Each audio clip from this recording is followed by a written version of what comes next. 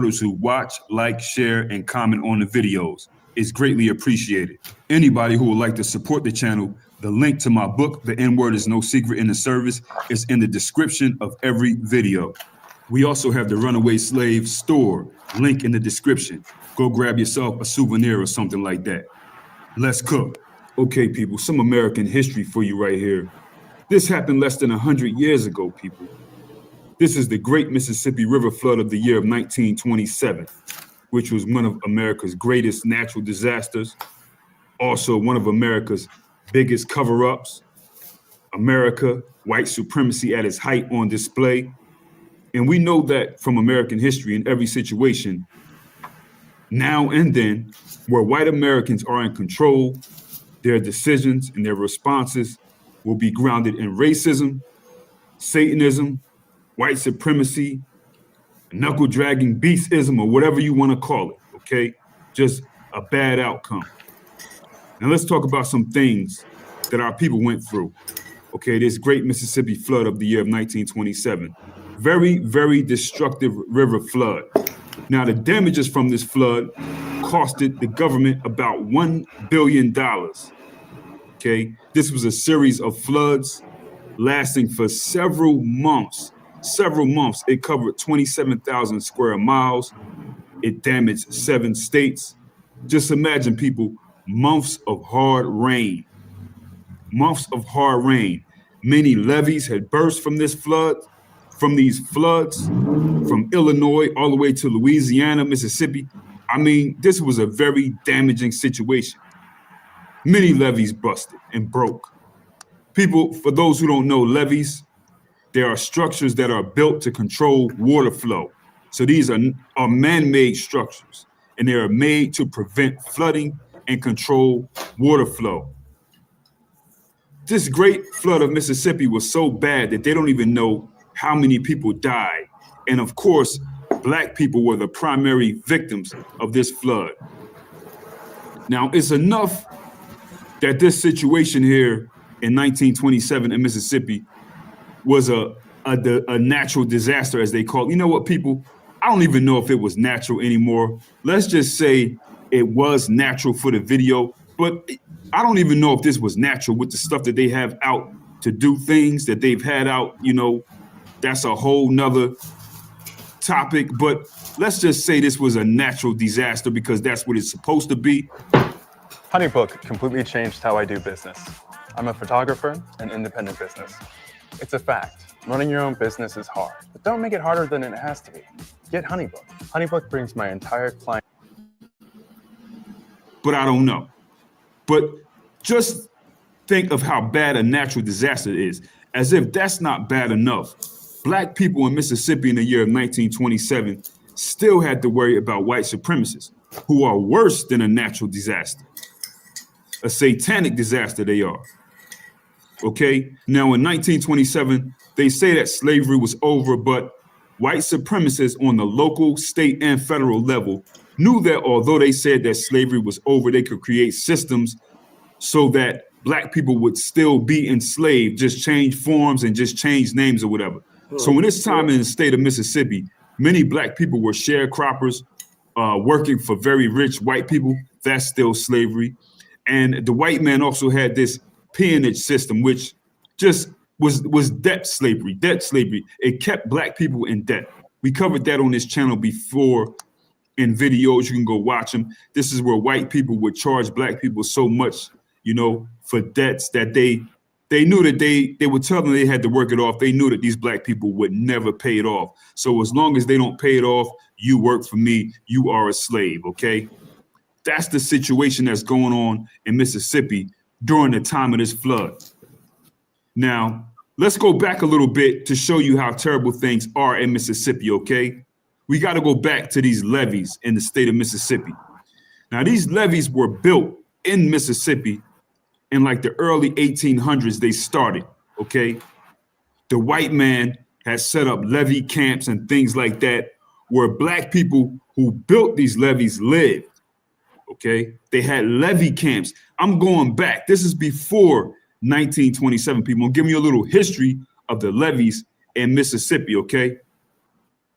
Now, the Black people built hundreds of miles of levees in the state of Mississippi. And these were, of course, they were slaves. Some of these people were sharecroppers. Some were convicts. These levee camps were isolated. They were very disgusting places, people, where the people who built these levees in Mississippi lived, the black people. They paid them less than people would get paid for picking cotton. And the white cracker foremen at these levee camps where the people lived, they could get away with doing anything, murder. If a black person who was there didn't work to their approval or upset them, they could just pull out a gun and shoot them and kill them. And that was it. And that did happen. Okay. These were the people who built the original levees in the state of Mississippi. Now, in the year of 1912, there was a flood in Mississippi, okay? And a white engineer needed sandbags to hold the levee up because the levee was starting to get defeated. So they said, okay, we was it, and that did happen, okay? These were the people who built the original levees in the state of Mississippi.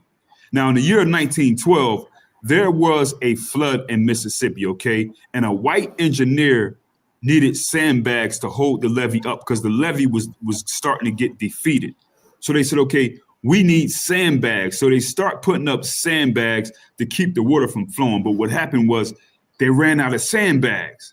The white man ran out of sandbags. So what he said was he told hundreds of black men to lay down on top of this levee while the water splashed over them and use their bodies as sandbags, okay? That was in a flood in the year 1912. These are the reports that come from the history. So when they ran out of sandbags, they told black men to just lay down on top of the levee, let the water splash all over you and be a sandbag. And they also said in history that the New York Times said that this was a brilliant thing to do. I don't know if that's true or not. If you have a New York Times membership, you can go back to the year of 1912 maybe and see if that's in there. I believe it is, but I don't know, okay? Now let's go to the year of 1927, which is what this video was about, the Great Flood of Mississippi in the year of 1927. During this flood, okay, like I said, this went on for months. They don't know how many people died, especially black people, but they say the number is certainly in the thousands. Many black people were buried beneath tons of river mud, or they just were washed into the Gulf of Mexico. Hundreds of thousands of people lost their homes. Okay, more than 325,000 people lost their homes, most of them black, and they had to live in Red Cross camps for months upon months. Now, when all this flooding is happening, the white community knew that it was very important to control the water at the Gulf ports of Louisiana and Mississippi because there's a lot of money vested in this, okay? A lot of corporate interests, okay? A lot of corporate interest in this.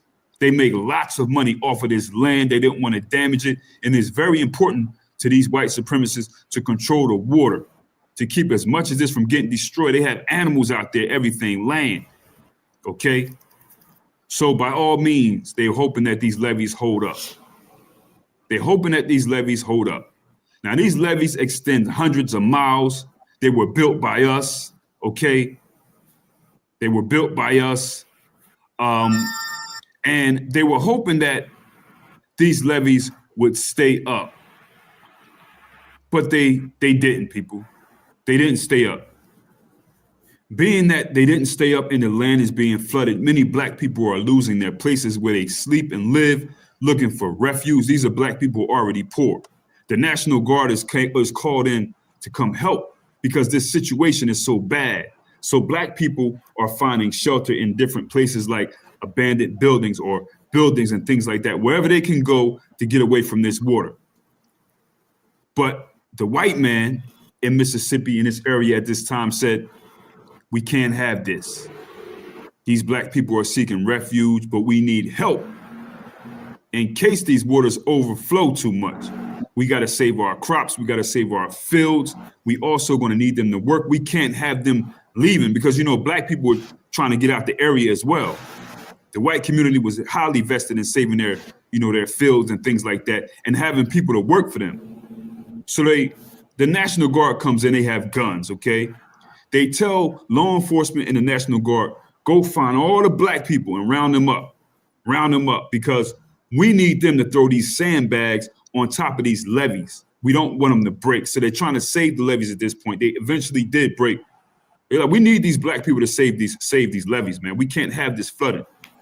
So in one area called Mounds Landing, Mississippi, okay, they rounded up over 2,000 black men at gunpoint and forced them to go work at the levee to fill bags up with sand and throw them on top at gunpoint.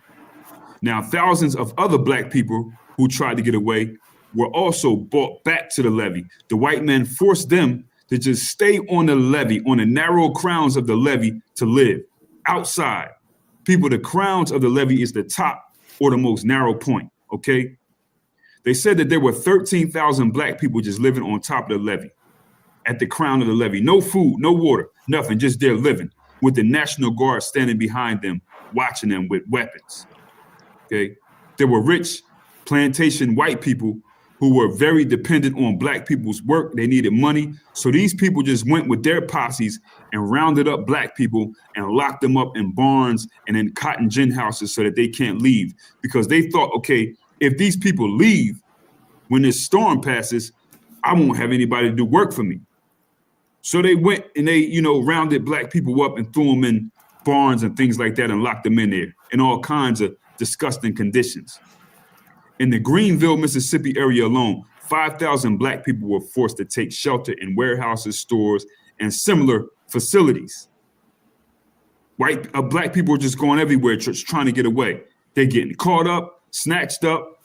So not every black person had the same situation. Every black person's situation was bad, but some black people got away and were able to stay in these warehouses and stores. Some black people were rounded up in thousands and forced to just stand and live at the crown of the levee in the elements, rain, wind, everything.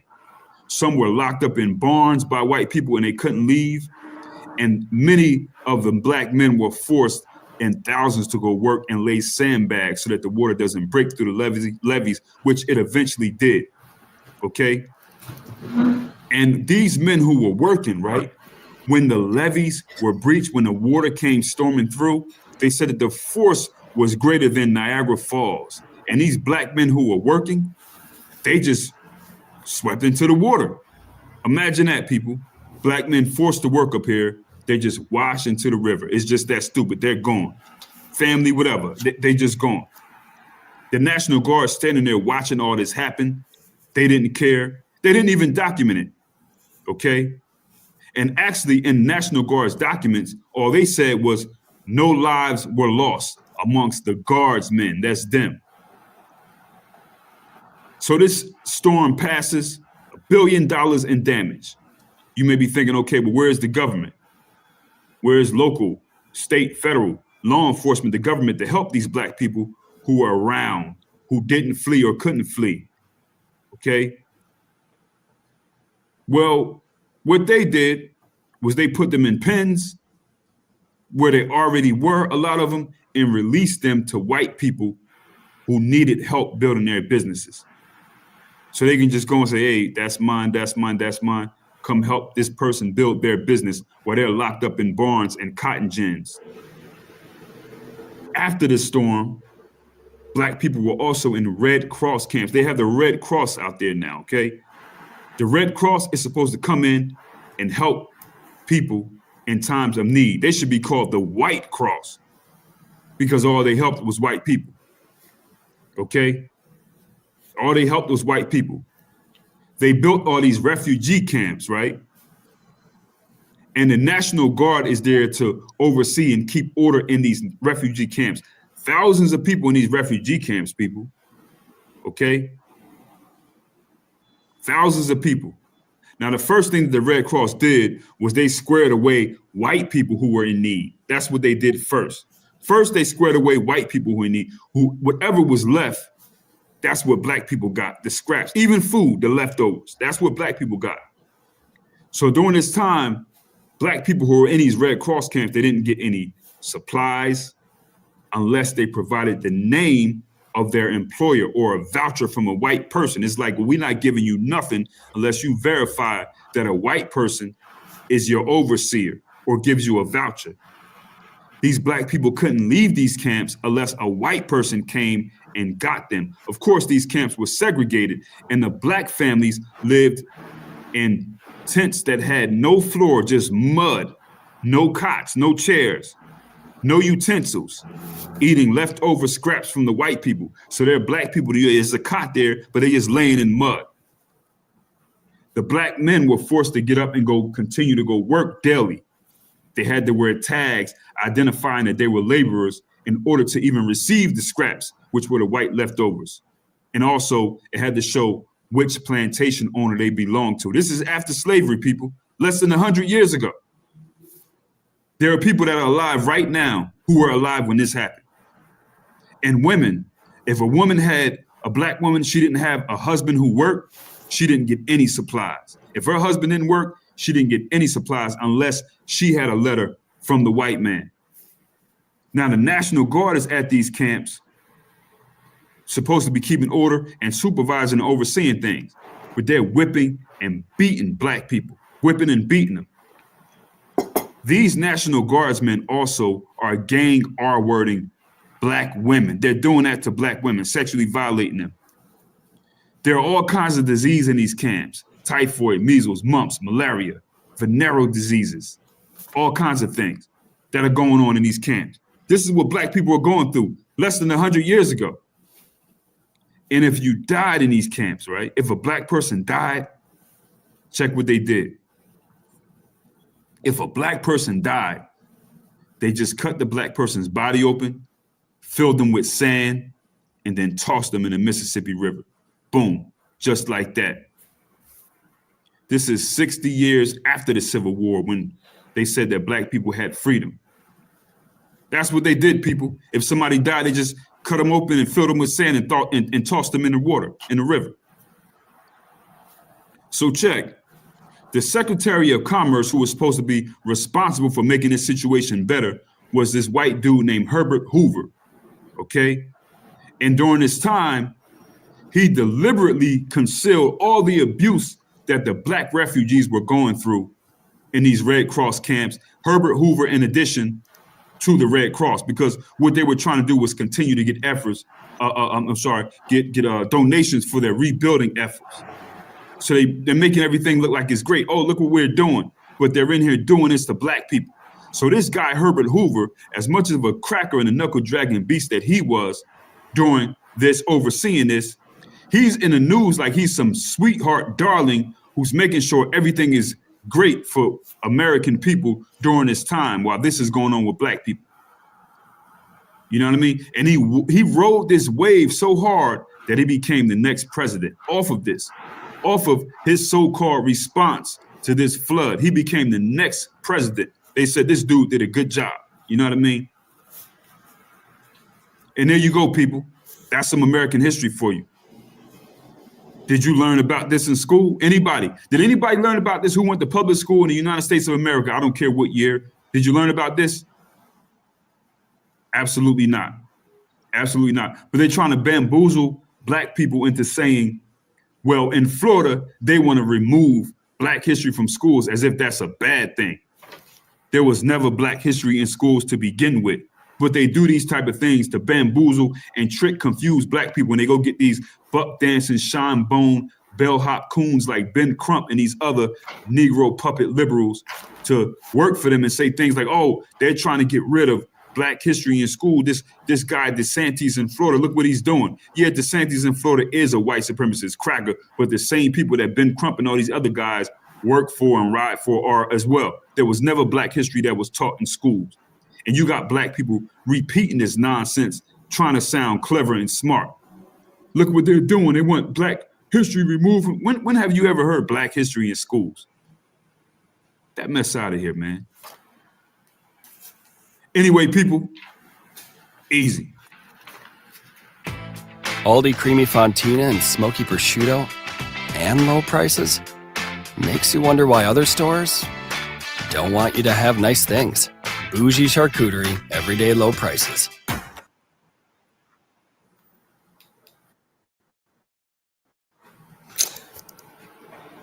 Good day and gratitude, family.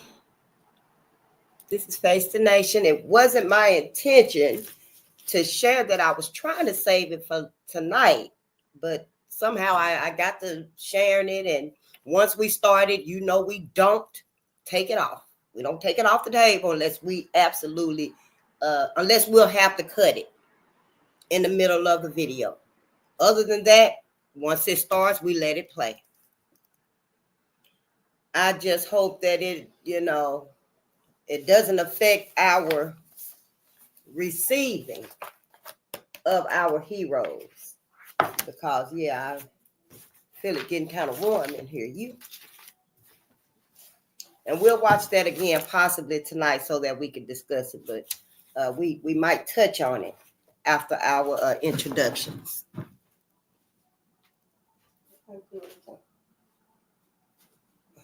Oh, wow.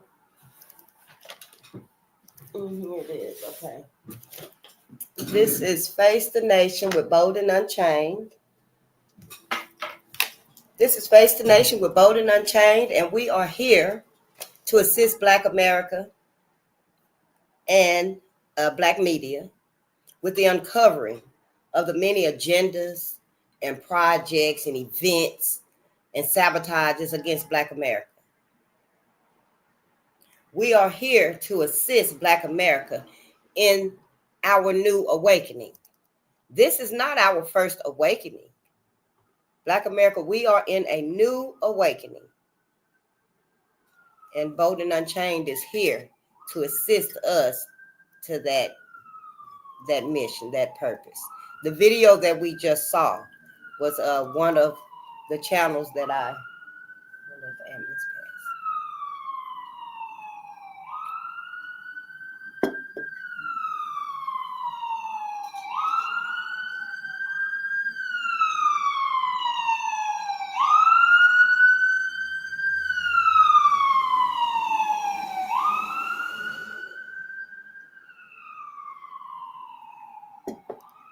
the video that we just saw was better suited for tonight, but since it started playing and we watched it through, it's very important that we do give focus to every lesson that is that we're given the opportunity to learn.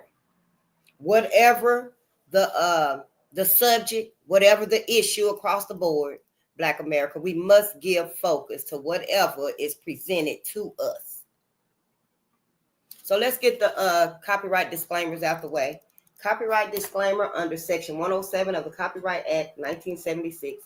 Copyright disclaimer under 107 of the Copyright Act 1976. Allowance is made for fair use for purposes such as criticism, comment, news reporting, teaching, scholarship, and research. The fair use is a use permitted by copyright statute that might otherwise be infringing. Nonprofit, educational, or personal use tips the balance in favor of fair use. Yeah, I got to learn that too. But it's all worth it. But I just want to say about that video that we watched.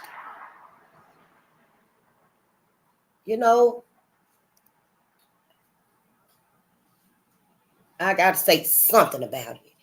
White America to have used to cut a Black person open in the flood of what flood he said that was. Was it the flood of 1927? Because he mentioned the flood of 1912 too in Mississippi. During those floods, white America, once again, you used us. You keep showing yourself to us. Everything is being revealed. And that was less than 100 years ago. Some of those people were still alive. 1927. How many? We got to see how many floods it was. We're going to rewatch that. Because to cut open the Black men that had died, the white men cut them open and filled them with sand and used them as sandbags. In the flood of 1912. White people used Black people as sandbags, just told them to lay down. Just lay down. lay on top of each other to stop the water from, because the levees broke. So yeah, you damn right. We finna learn our history. We sure will, because if you gonna be sit there and be a dummy and a fool, then you might as well be damn too. So Black America, yeah, we got a decision to make. Now, Maya Angelou said, somebody show you who they are, believe them. Fuck all the dumb shit. For all the love. For all the love. But whose love? Whose loyalty? Loyal to who? Ain't nobody loyal to black people. How many people know about this stuff? How many people know about the flood of 1927, the flood of 1912, all of society? How many? But we don't know nothing. Why? Why we don't know nothing? Because we won't read. We want to be entertained. Everybody, we want to laugh.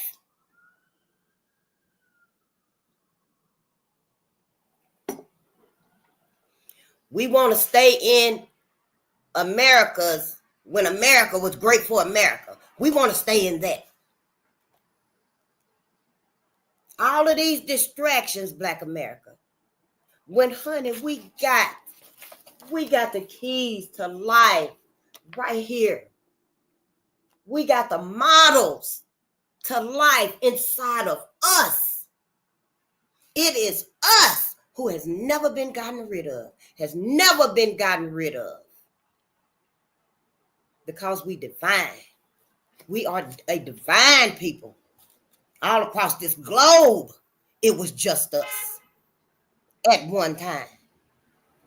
And because cosmic energy and Mother Gaia has been assaulted, it will again be just us.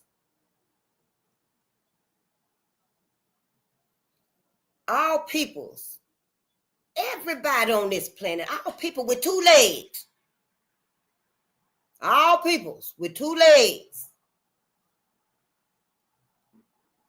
to forsake, to go along with these anti-life agendas against, and everybody know that we're chosen people. So let's not act like we got to keep that very basic level of communication, because I don't know all these big words and stuff either, fancy titles and phrases and stuff either. But I know we are a chosen people. And everybody else know this. I didn't know at first, see. And if you did know, shit, you let them put your ass to sleep. But everybody knows this. So I think it's fair enough to say that everybody got a hand in what's happened to us. And as we read in, what was it, the Independence or the Declaration of Independence, or one of them was talking about for your fellow man. Where was the consideration for us, for the black man? Where's the sincerity for the black man? In anything, pick any year, pick any era. Well, after slavery. Let's go with after slavery, after black people were freed. All of that was written for the pursuit of happiness, liberty, and all that stuff that it said. We get some more people in here. We might reread this if y'all want to. I don't know, but we going forward. But all of this kaleidoscope, we got to look at it. This kaleidoscope, this big facade. Because we're looking at everything else and we're not seeing that. And if we could only look at that, we would see our greatness. Everybody else see it. That's because they know. Everybody else know. I promise you, society knows. Everybody in society knows. And for everybody to claim the love of Black America, I don't feel it. I don't see it. It ain't took me that long. Well, I am, over half of 100. But I'm saying after I woke up, after I realized that Black people is not safe. Because, see, I thought Black people was okay. I'm one of those. I thought Black people was okay. I thought I was the problem, and I was. You see how that worked? I was the problem because I fell for every sabotage and setup that was put in place. Most of them that was put in place, I fell for them. But see, it's by design that we are faced with these tempestuous, opportunities. It look good, it feel good, tastes good, it's good. But all that glitters ain't gold. So, I thought that I was, it was me. Yeah, I did drop out of high school because I was a teenage mother again.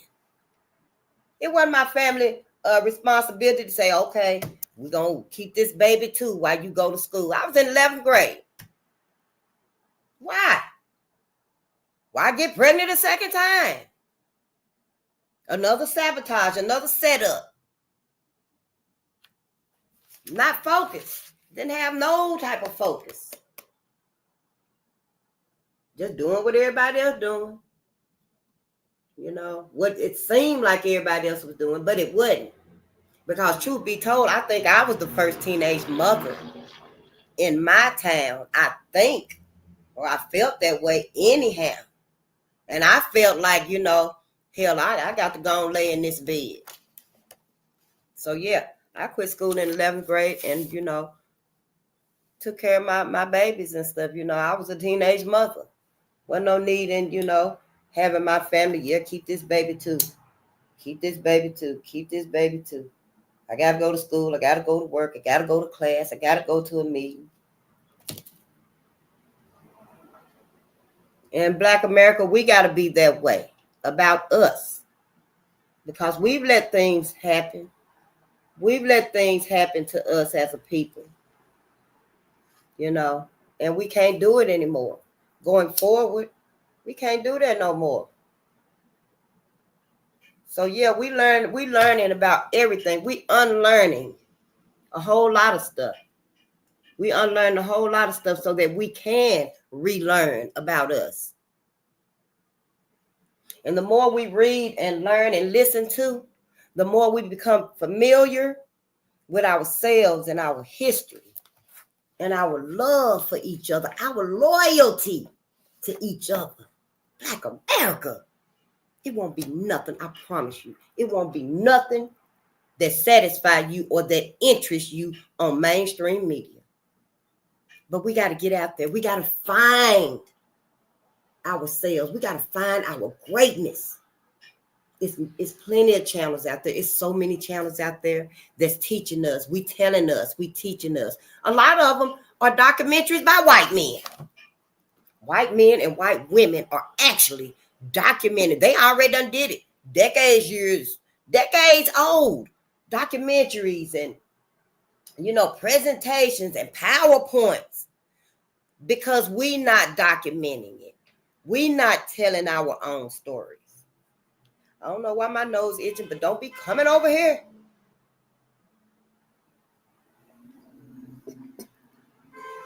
Nobody, because if it ain't my grandbabies, don't even bother me.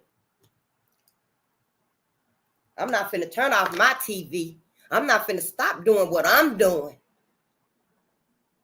because somebody want to pop up at your house.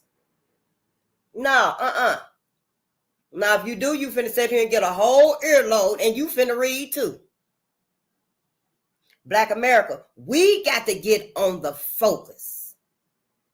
I know we don't want to. I don't know who kicked me out of bed. I don't know which one of our ancestors kicked me out of the bed and said, get your ass up because we got some things for you to do.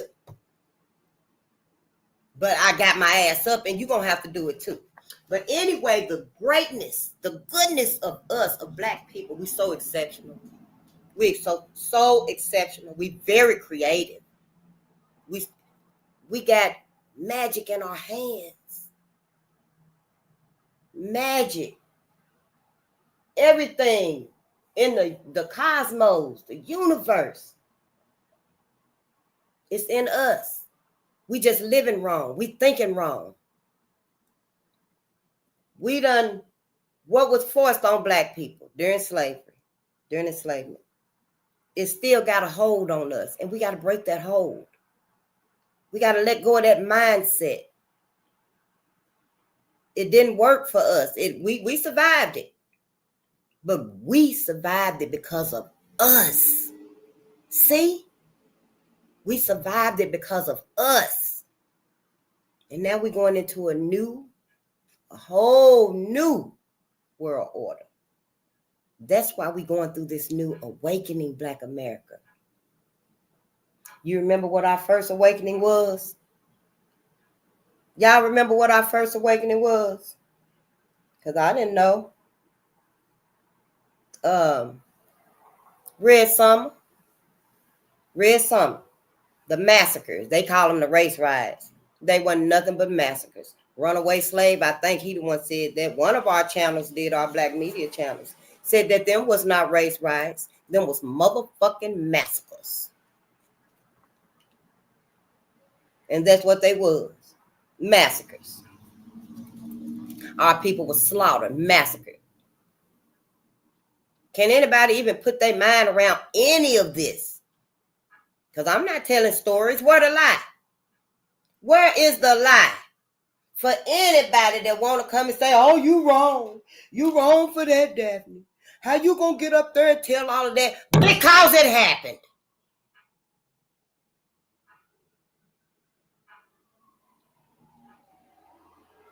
For all the forgiveness my people do and feel and offer and sacrifice.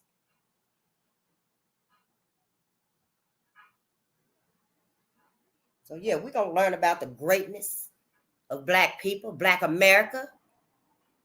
We sure is, and we're going to learn about the savagery of white folks. Because y'all not finna sit here and continually have us as the savage. I'm not no savage. My brothers ain't no motherfucking savages. We got weaklings out there, just like every other race do. They got weaklings too. Now, which one of them have been oppressed? Which one of them don't know they self? Which one of them have been sold and stripped from their family structure? So now, white America, you don't get to continually make us the uncultured, the miscreant. Oh, they incorrigible. Now, because the self-hate your ass taught us, it's finna be exposed. It's already being exposed. I'm just the last one to get out here. Until you bring your ass on here, Black America. Black media been out here.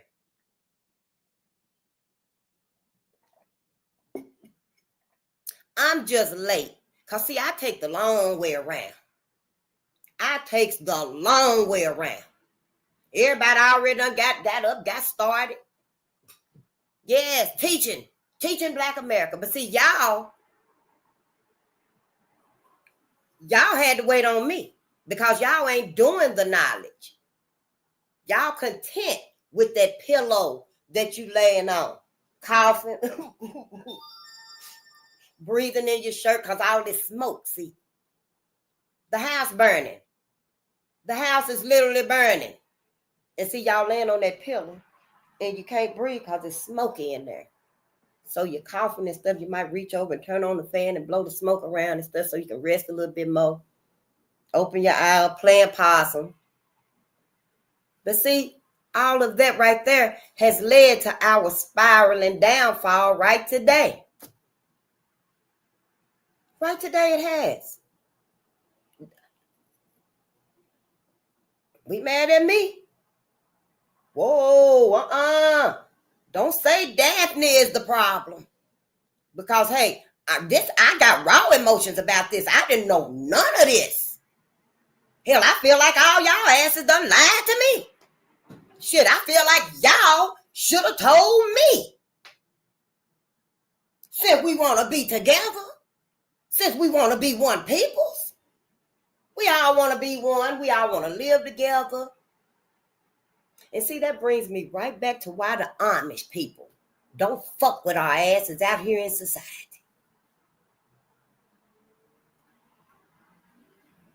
We might need to learn a few of their, contentments. Because see, Black America, white people even came out with this thing called how to market to Black people. How to market to Black people. We're going to have to watch it. I don't think I watched all of it, but we're going to watch it. We're going to watch it just to see. See, all of this was by design. And in the midst of all of this madness, this chaos, this corralling, because see, they corralling how we go. We go how they market, how they advertise. Oh, and don't forget the holidays that's coming around like that. So yeah, we doing some little wicked shit that's going on. And we can't see nothing about Black America. We can't see it. We can't think about it. We can't entertain it. We can't critique it. We can't focus on it.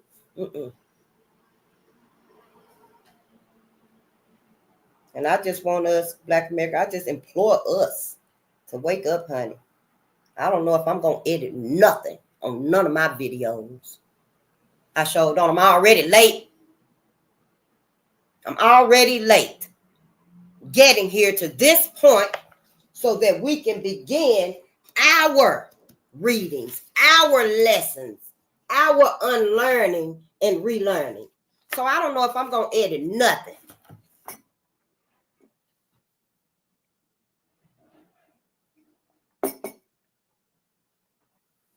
Sure don't. But let's read here again, because I was thinking about, remember yesterday, y'all, when we read we were reading about Harriet Tubman, and we read about Charles Nails, Nalles. Y'all, I was thinking about him all day yesterday. I was thinking about it. Harriet Tubman, Harriet who went back to the plantations and saved the slaves and said that she could have saved more.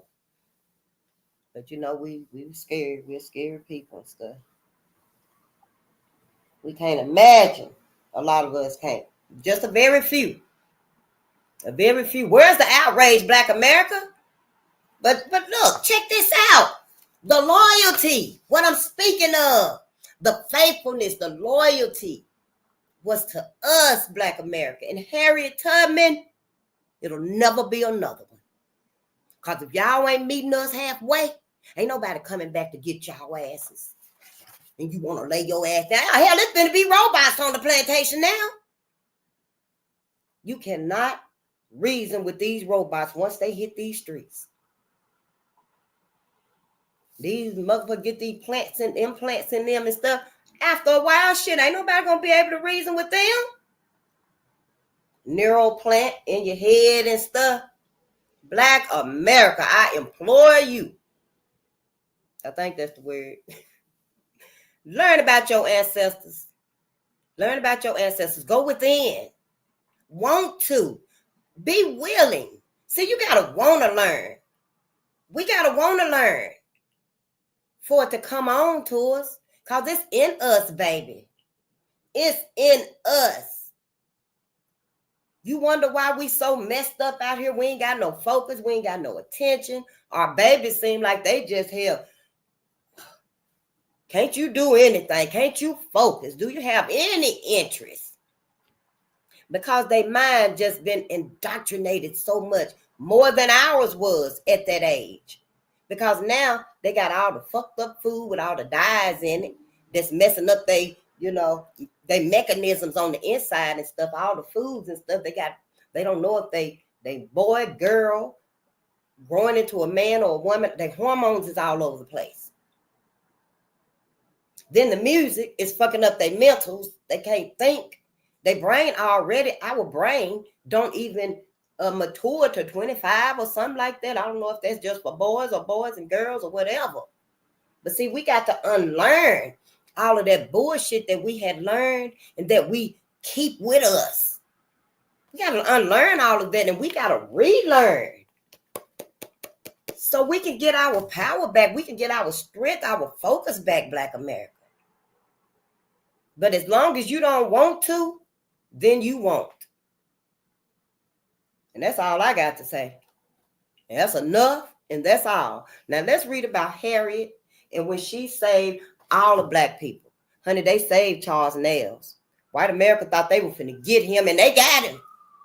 Honey, it was like they were playing tug of war with Charles. Every time the white folks got him, Black people came along and yanked him and got him back. Then white people were going around and stuff, and they got him again. Black people came through, got Charles again. They got Nails again.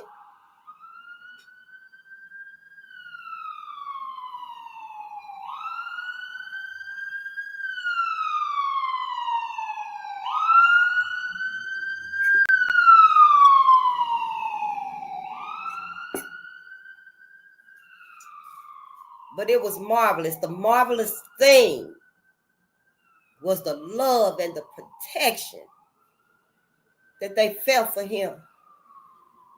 And every time they got him, and he just knew this was it.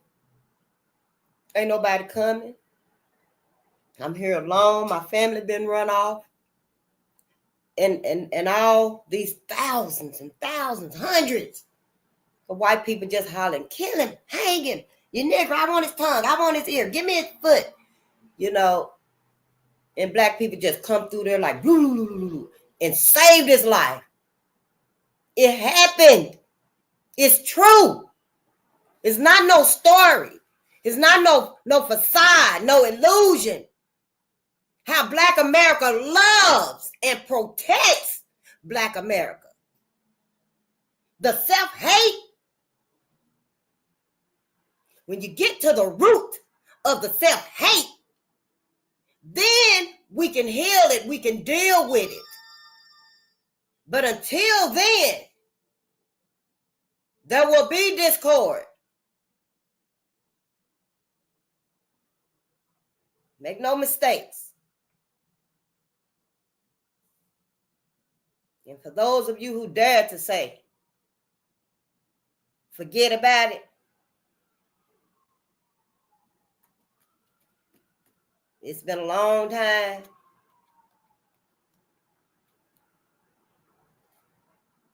It's over. You part of the problem. All right, now this right here is, again, this is African Americans, their impact on United States history. This is a really nice book too, ain't it? It's a workbook. It's a workbook for children and stuff. And yeah, and I just decided, you know, at 12 noon, I might be a few minutes late and stuff because I do be trying to do other stuff and get prepared and still don't halfway get right. But 12 noon, we come along with our heroes. Our heroes, sheroes, inventors, scientists, abolitionists. I'm going to give me some more tea by the side.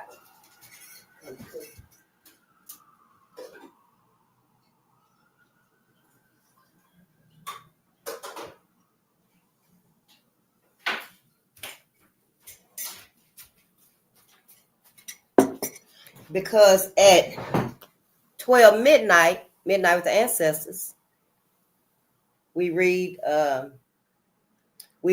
root of self-hate. We read about the roots of our self-hate. We read about the massacres that they call the race riots. They were massacres. We read about the massacres. Right now we're reading about the massacres in the era of slavery. And the reason BoldenUnchained is starting with the era of slavery or after slavery, we will go back a little bit, you know, a little bit into slavery perhaps. But we won't go back to the beginning of our history as a people or in America, because we were always here. We will be reading some of Columbus's stuff, a lot of stuff. We will be covering a lot of content. And this will be, mainly trial by error. Trial by error. But we'll do it repetitiously, some of these things, because we want to learn. We want to unlearn everything that white America has taught us so that we can relearn what we need to know as a people going forward. At this point in time, we are not really, in my own time, I keep up with what's going on in the world. And I hope you doing it too. So I have a couple of subscriptions, that I do listen to and stuff to keep me abreast up on, some things that's going on in the world, especially with Black America, And I hope you're doing that too. But for this channel right here and right now, we starting at the root of this self-hate that we have for each other. We're going to cover that, and we do cover some of the content about what's going on today, like with Defiant Lawyers Network, the Defiant Lawyers Network. And his name is Dr. Professor Reverend Augustus Corbett, Corbett, And he tells us and teaches us a lot about the Project 2025 agenda against Black America. Everybody finna get some of this oppression. But see, that's the thing about it. See, white America see it as an honor. Yeah, white America on the whole sees it as an honor. Because as long as you keep them Black folks down, we'll do it. Now, that's a whole lot of white folks out there. They mad. They pissed. Oh, yeah. They is pissed, because they feeling some of this oppression now. Everybody feeling some of it. But we know what the entire agenda is. We know what the agenda is, who it's against, who the target is. That's why it's very, very important that we teach our babies. And this is not a channel for children. It just so happens we're using their workbook that's going to teach them, for the simple fact that we don't know. We do not know. So we have to go back to perhaps the workbooks, the small books, even though we are reading, substantial books. We will have to go back and read all types so that we can gain the knowledge that we would have gotten in parochial schools, because most of us was in parochial schools. I don't know nobody that was in no private schools. And if they was, they probably wouldn't taught this either. Because I really didn't learn about Tulsa, Oklahoma, the Tulsa race riot until 2013, I believe. Yeah, it may have been 2014. And I had been here, for almost 6-7 years, I guess, when I heard about that. So, yeah, it's time. It's definitely time. But Harriet to the rescue. Everybody know Harriet Tubman. And she's not the only one. But she's one of the main ones that we know. See, we know a few of our ancestors. Just a few. But that ain't even a drop in the bucket, because it's so many. Oh, it is so many ancestors. And they all loved us. They loved us so much, y'all. We wasn't even, thought of or born or nothing. They thought of us. Yeah, we wasn't even, a glimpse on the radar, nowhere. Hundreds of years before we was even born, they thought of the future, because they knew the future was them, which is us. Yeah, that's who we are. Harriet to the rescue. One famous abolitionist was Harriet Tubman, the brave conductor on the Underground Railroad. One day, Harriet was in Troy, New York, visiting her cousin. While there, she participated in a daring attempt to rescue a fugitive slave. Here is the story. Now, he was a fugitive slave. He was trying to get away. He was trying to escape. That's what they said he was, a fugitive slave. He was a man.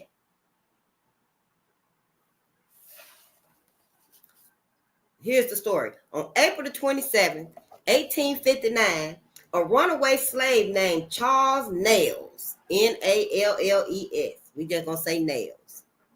Charles Nails was being returned to his owner.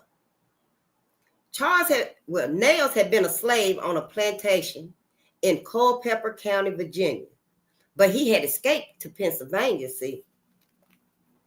He later moved to Troy, New York, and joined his family that had been freed under their master's will.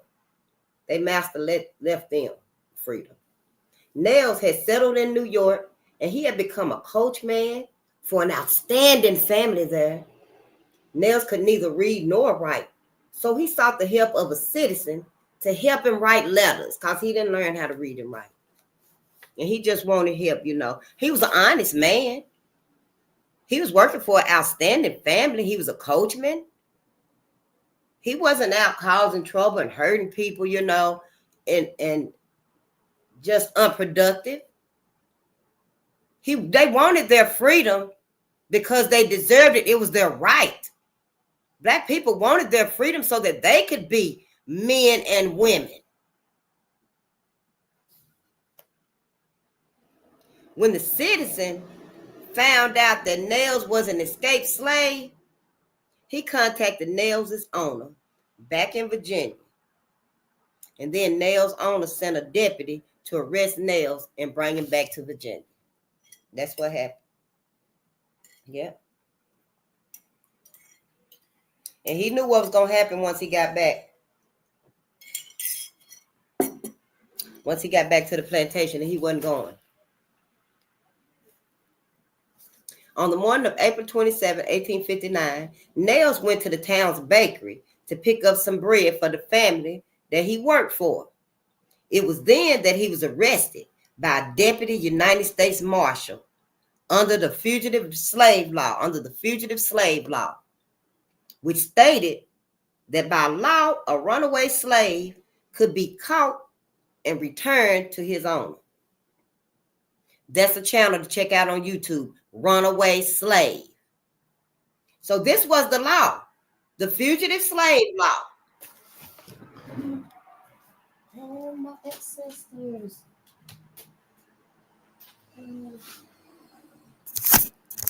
This was the law, the fugitive slave law. There were many laws. Yeah, there were many laws. And this law right here, the fugitive slave law, which stated that by law, a runaway slave could be caught and returned to his owner. 4 hours later, Nails had appeared before the United States Commissioner for a hearing and had been found guilty as a runaway slave and ordered returned to his owner in Virginia.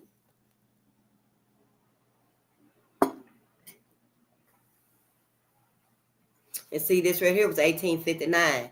The war hadn't started yet. There was talk and plans underway, perhaps. That's when, because about 1865, we was free. So, you know, in the meantime, the family whom Nails worked for, they became worried when he didn't return from the bakery on time. When they went to look for Nails, they learned that he was being held in custody in the United States Commissioner office. Several people had gathered around the office building protesting Nails should not be sent back to slavery in Virginia. The crowd grew larger as more people jammed the street. They could see Nails as he faced the window from the second floor of the building. See, they had him upstairs in the building on second floor, and he was looking out on the grounds and stuff outside, and he seen all the people out there. Yeah, the people, there were so many people, they jammed the street up because they were like, no, he don't need to be sent back to slavery. You can't send him back to slavery, and he's a good man. He's here. He's working, you know. Slavery's wrong. How are you going to enslave a whole human? How are you going to enslave someone? A live person, put him in slavery. So people were like, no, you ain't doing that. And so Nails was looking out the second floor window, and the crowd did not want Nails to be taken back to Virginia. And several people gave donations to help buy his freedom, but they were turned down. While they was there on the streets, they all put together their money. Yeah, let's put together our money. They were taking donations. People was coming up with their money, passing money from the back to the front, from the side to the front, handing money in hats, in bags, purses, just handing money. You know, they went in there and asked him, hey, can we buy his freedom?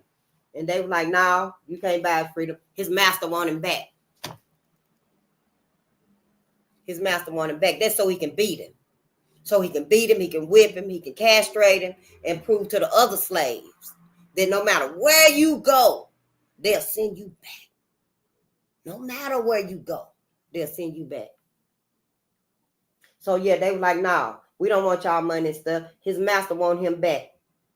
So the crowd, the crowd went mad and stuff. The crowd was pissed, So a lawyer was appointed for Nails, because the crowd was like, well, we getting our own lawyer then. So they went and got a lawyer for Nails. The lawyer made arrangements for Nails to bring his case to court. And that put a halt on everything. You ain't taking them nowhere tonight. Not tonight and not tomorrow. You ain't taking them nowhere. So the lawyer filed the papers and stuff. They were going to case. They were taking the case to court. The police, it says the police, a deputy sheriff, and a deputy marshal tried to take Nails through the crowd of people to the courthouse 2 blocks away. It was immediate. You ain't taking him nowhere because we finna have this court case right here. And on the way to the courthouse, the crowd became an angry mob. On the way to the courthouse. Black people was out there to protect him. But see, white people was out there because they wanted him. White people was mad. It was then that, so on the way to the courthouse, the crowd became an angry mob. Everybody was mad. It was probably loud and chaotic. And he was up in the second story window and he was looking down and stuff. And I could just imagine he probably just felt so helpless. And, and he just probably knew they want me. They want me. So they were going to the courthouse and stuff. The crowd just went off and stuff. And they snatched Nails away from the law officials. They just snatched them away. And, I don't know if they expected it. I'm sure they did. I'm sure they knew that somebody was going to duck under and snatch him away while they were trying to get to the courthouse. And it was then, y'all, that the famous Harriet Tubman came to the rescue. According to a witness, Harriet rushed up to Nails and held on to him. And Harriet was holding on. Yep. They grabbed an angry mob had grabbed it, but Harriet eased up in there and Harriet was holding on to him. And they were beating up on Harriet and stuff, hitting all across her head and stuff. But she was holding on. She was beaten repeatedly, but she held on to Nails, talking to him and encouraging him for more than half an hour. More than half an hour. As they were taking him, walking him. And they were beating on her because she was holding on to him, telling him, hold on, we're going to save you. This is for you. You're not dying today. We love you, my brother. I'm with you. We is here with you. And the white people were just beating on Harriet, beating her with sticks and clubs and stuff and kicking her and spitting on her, all kind of crazy stuff. But she didn't leave him. Harriet Tubman did not leave Charles Nails. Harriet held on to Nails and struggled with the officers until the officers lost their grip. And Harriet, as she was holding on to him, talking to him, oh yeah, she was moving. She was agitating. Yeah, she was trying to get around and stuff. And the officers lost their grip. And see, Nails knew she probably was telling him too, you just move with me. When I let you go, when I shake them off, you get on up out of here. Don't you worry about me. Our peoples is here. They behind us. So this what happened. What happened now. Harriet held on to Nails and struggled with the officers until the officers lost their grip. And Nails was torn away from them. The crowd The crowd helped Nails to a waiting rowboat where he quickly rowed across the river. Woo-wee! So, okay, hold on. The crowd helped Nails to a waiting rowboat. Once he got loose and stuff and he started running, the people was there. The people was there because, see, they were following. They didn't want him to go back to Virginia. But see, them racist ass people was there too. They did. They wanted him lynched, sent back to Virginia, to his slave master. So once Nails got free because of Harriet, and he was running and stuff, and the people, they ushered him to this rowboat so he could go across the river. So the crowd helped Nails to a waiting rowboat where he quickly rowed across the Hudson River at Albany County, New York. If I had a map, we'd look up the Hudson River. Well, we got the internet, we got Google. When he reached the other side of the river, he was again arrested and taken to the Justice of the Peace office. Now, see, it was such a big commotion. I don't know. It was such a big commotion over here on this side of the river. And when he got loose and they put him in the rowboat and when he crossed the river and went over here, they were waiting for him over there. How did they know over here across the river about the capture over here? See, that's how in tune white folks was with the enslavement, the capture, and the conviction of black folks. It was like, I don't know, it was like an evil that permeated, you know. Whew.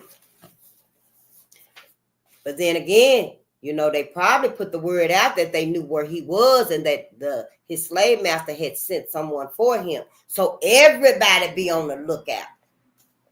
Mm-hmm.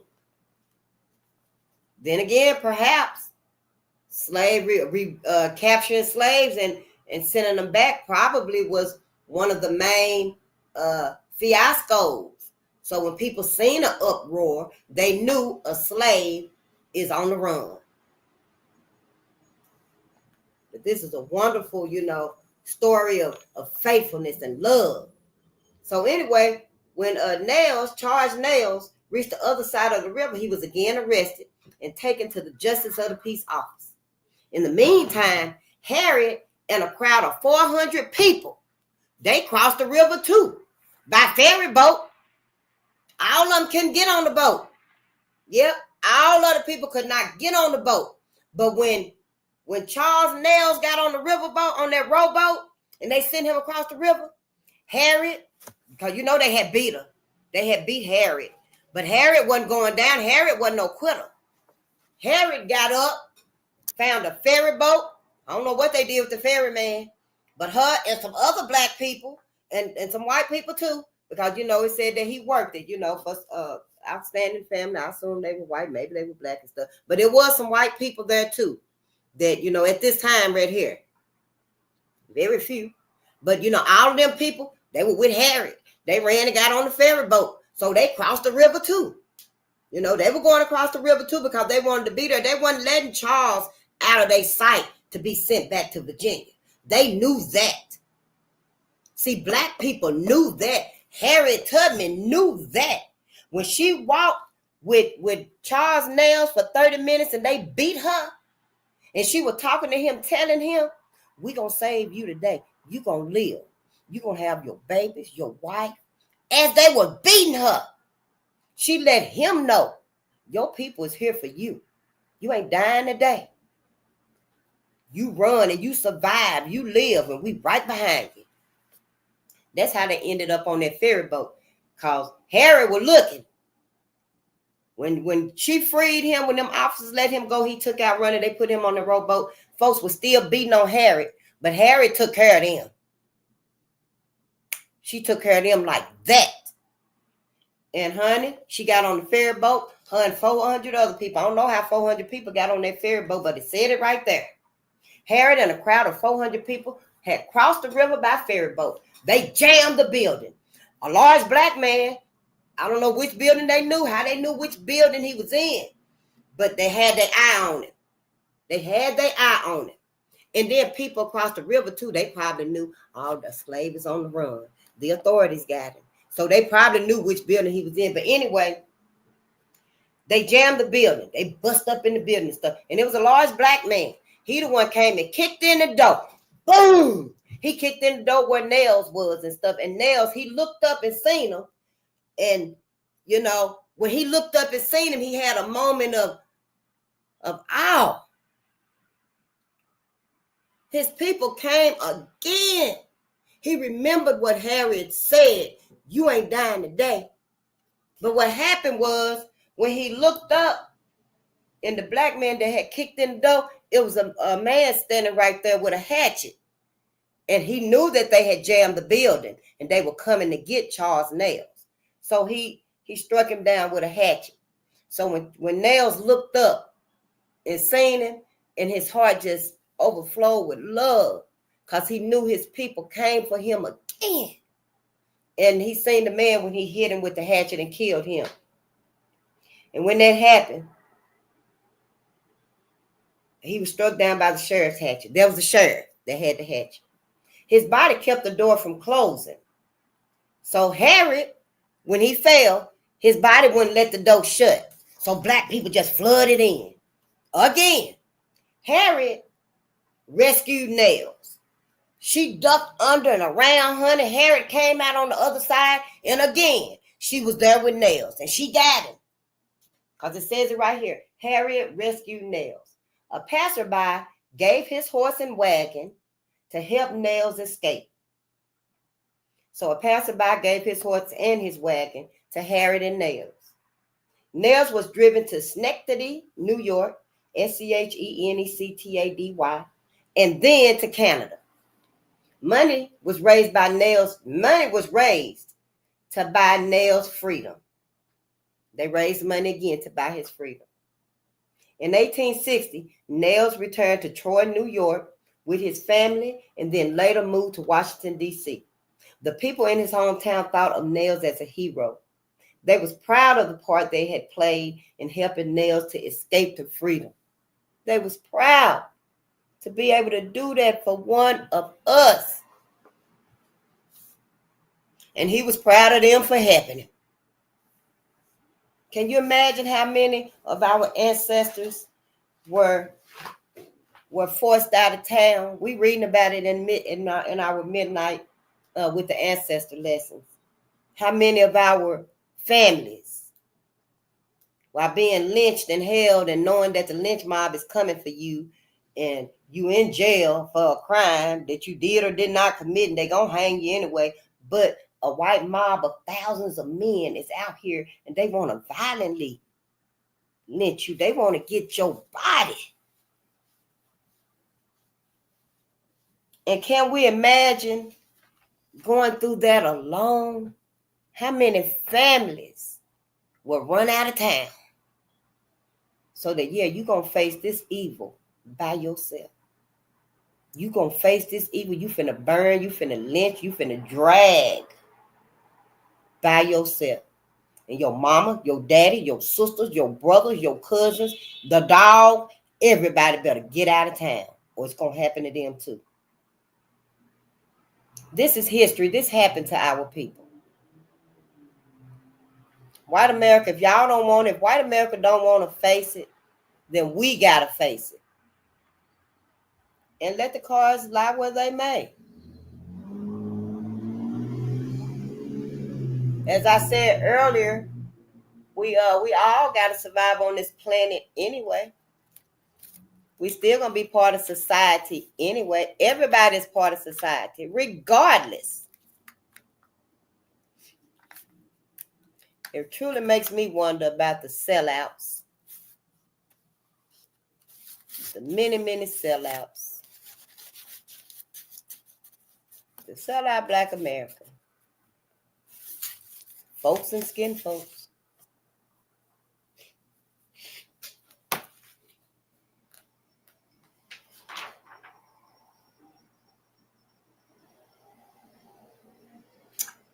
Well, we're going to read until our computer cut off because it looked like, let me see.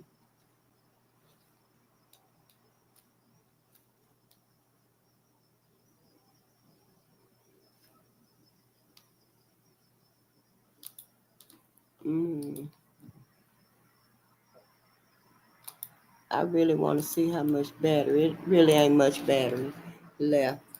But we could read a little bit more here. That was a wonderful story, wasn't it? And it's true.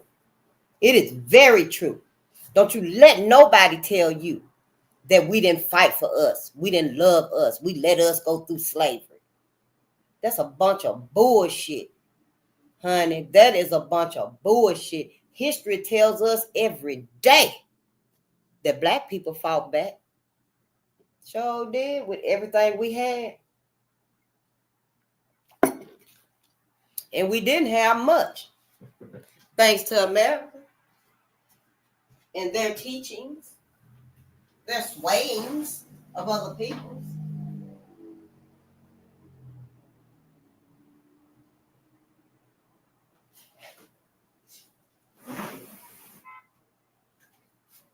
Yeah, so let's just read a little bit here. Colonization. Some African Americans thought that their people would never be treated fairly in America. Some hoped for a better life in Africa. Others wanted to separate themselves from white America in a portion of the United States. Still, others wanted a colony to be established in Central or South America. 4 black men who dreamed of a life somewhere outside the United States was Marcus Garvey, Martin Delany, Henry McNeil, and Paul Cuffe, C-U-F-F-E. First, Martin Delany. Martin Delany was a physician who trained at Harvard University. He was born in the state of Virginia in 1812. When the Fugitive Slave Act became law in 1850, Martin worried that America was not the land of the free and the home of the brave, because many blacks who escaped slavery could by law be returned to their masters, and free blacks without proof of their identity could be brought to the South and sold into slavery. Martin turned his attention to the American Colonization Society and thought of ways to find another place for what he called people of African descent. So the Fugitive Slave Act became law in 1850. 15 years before, black people was freed from physical slavery. They never intended to free Black America.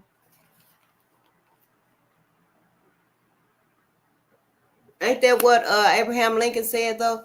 If he didn't have to free the slaves, he wouldn't.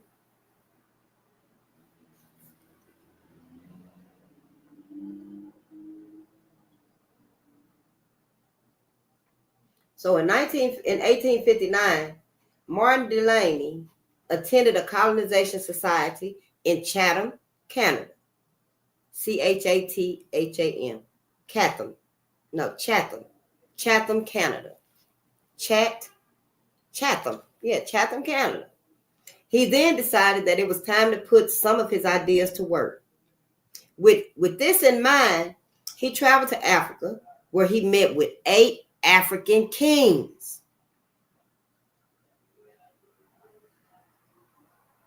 He signed a treaty with them to agree to a colony of African Americans settling in their area.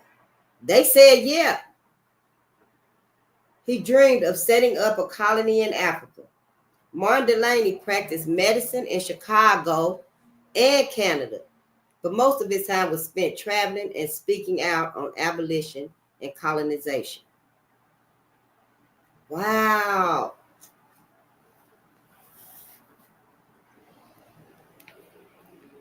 So Martin Delany met with African kings, and he signed a treaty with them so that black people African Americans, black people, could settle in their areas, in their territories. And they said yes.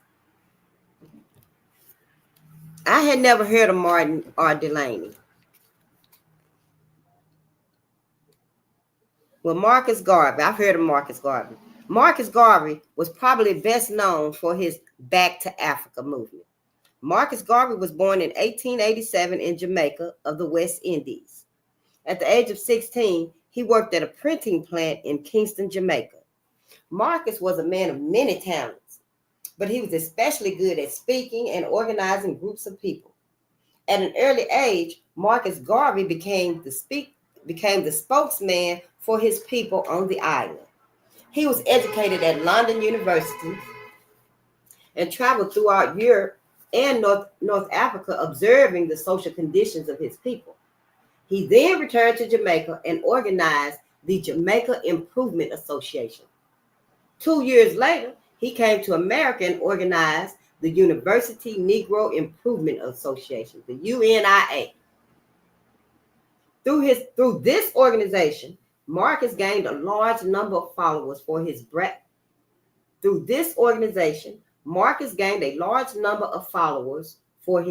to Africa movement. Marcus Garvey had dreamed of establishing a nation of many Black families in Africa. These families would rule their own country. He dreamed of Blacks having their own businesses, grocery stores, printing shops, restaurants, and motels. And I can imagine a few other businesses, schools, clinics, hospitals, daycares. His plan for setting up the nation was to spread to groups of African Americans like himself who felt that Blacks would never be treated fairly in the United States. All of Garvey's plans required large sums of money. In 1925, his Back to Africa movement failed when he was accused of using the mail to collect money for a steamship called the Black Star Line. Oh, that's what it was. You know, I was getting confused with the North Star. Was that? Well, it was one of the other ancestors' newspaper, and I was getting that confused with Marcus Garvey's Black Star Line. Yeah, he had planned to use the ship to transport Black Americans back to Africa. That's what he was going to use it for. Black Star Line. He had planned to use the ship to transport Black Americans back to Africa. Even though Garvey's plans did not work, he had helped them to develop a sense of pride for themselves and their ancestral homeland of Africa. He had given them something to think about.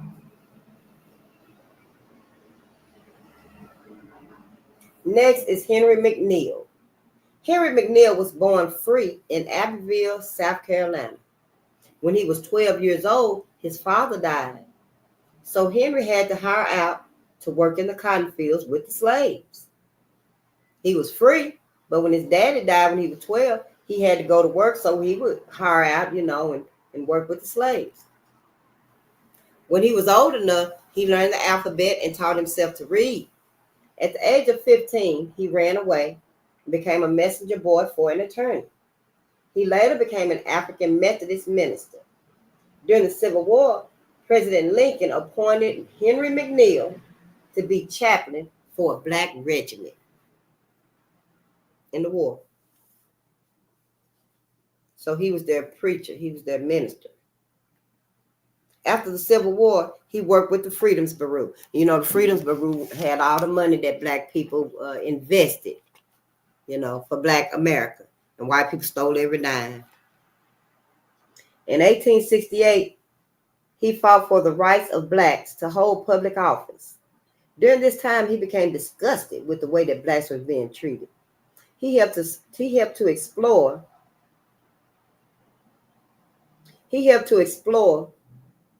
Oh, where am I at? Shoot.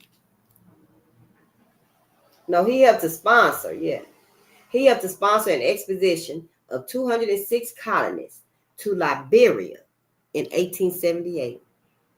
Wow.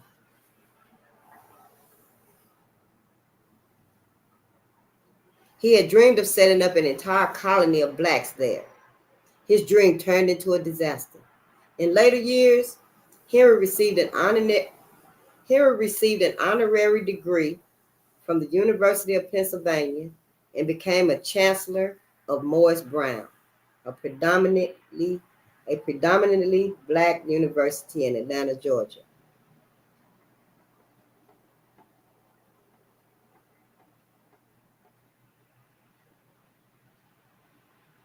That was Henry McNeil.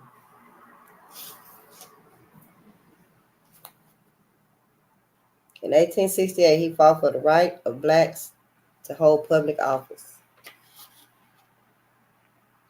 1868.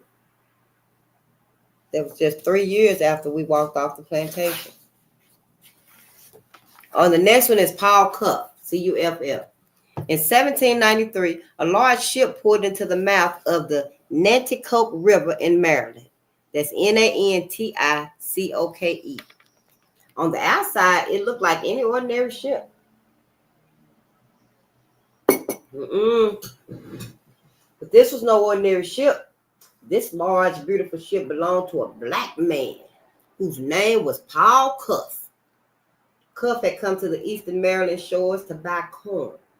As his ship poured into the harbor, many were amazed that a black man could own such a large ship. And this was in 1793. Ooh, I gotta read that one more time. In 1793, a large ship poured into the mouth of the Nanticoke River in Maryland. On the outside, it looked like any ordinary ship, but this was no ordinary ship. This large, beautiful ship belonged to a black man whose name was Paul Cuff. Cuff had come to the eastern Maryland shores to buy corn. As his ship poured into the harbor, many were amazed that a black man could own such a large ship.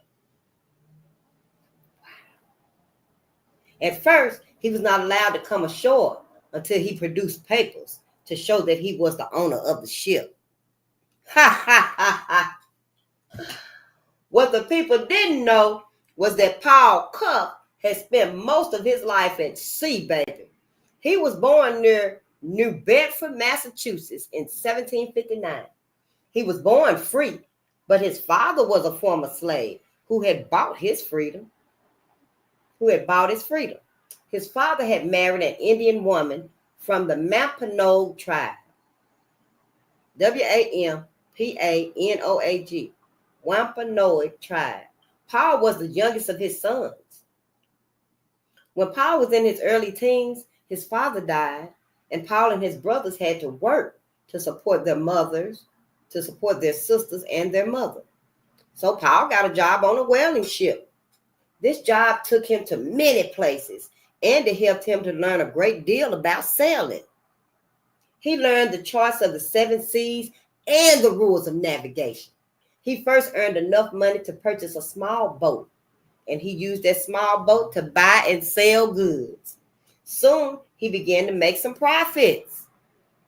At the age of 25, he married and purchased a larger boat of 18 tons.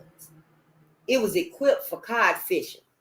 His profits grew, and so did his business. By this time, Paul had become a very successful boat builder, sea captain, and owner of a fleet of ships.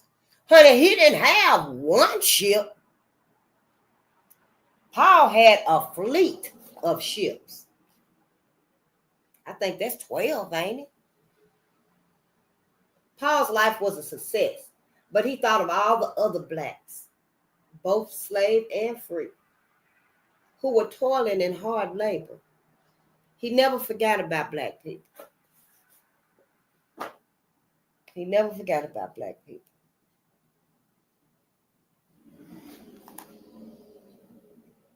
The only way that he could help them, he thought, was to find a place outside of America where they could all be free.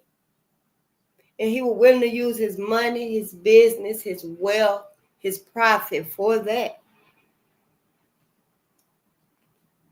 I can just imagine out on them waters and stuff. And that's what he was thinking about. How can I free black people back on land? Where can I get black people to?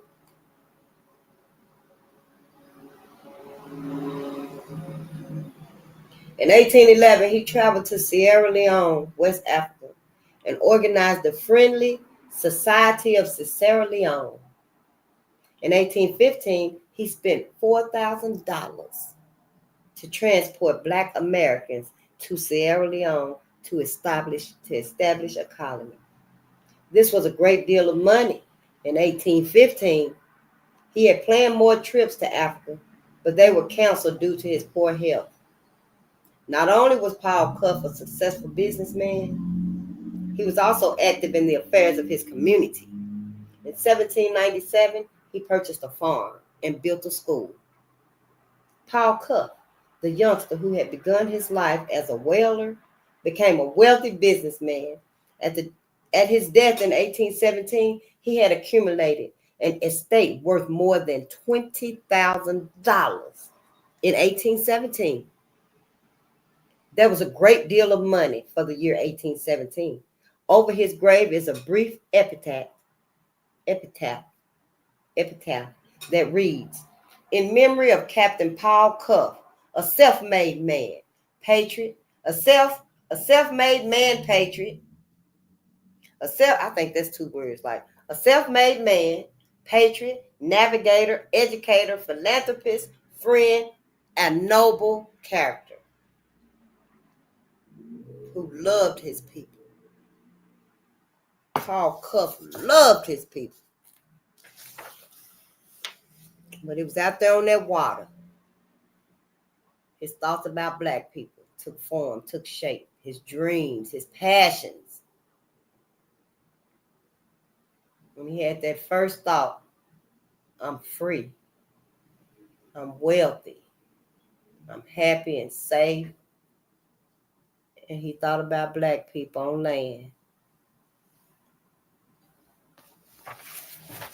We weren't in the habit of forgetting ourselves, forgetting each other. Self-hate taught us to forget each other. The compromises. The Missouri Compromise. Wasn't it at midnight with the ancestors I was talking about, the many compromises? We're going to have to start taking some notes because, this right here should be new books, new workbooks. The compromises. The Missouri Compromise. And they different. And then, there's the Louisiana Compromise. Oh, hell, that's a whole new book, the Compromise book. In 1820, the area which is now the state of Missouri was part of a large area of land to the west, known as the Louisiana Territory to the west. Soon, many new states would be carved out of that large area. At this time, there was an equal number of slave states where slavery was allowed, and free states where slavery was not allowed. When Missouri applied for admission to the Union, it had to be determined if it would enter as a free state or as a slave state. The South wanted Missouri to enter as a slave state. This meant that the South would have more votes in Congress and slavery could continue to grow. Because, slavery was predominantly in the South. And when slaves rebelled and fought back, and when slaves were sold from their families, they were shipped further south into the deep, deep South. The North wanted Missouri to enter the Union as a free state so that the spread of slavery could be stopped. Each side was anxious to claim Missouri. But see, it was all about money. It was all about resources. With both sides. The North side too. The North side was like, no, y'all ain't finna get all that money and gain from having slavery. They didn't want them to stop slavery because, hell, it's wrong. They wanted them to stop slavery because, hell, shit, now you getting more. Well, that's what I think from this. And I'm just learning too. We are allowed to be, we are allowed to correct ourselves and be corrected.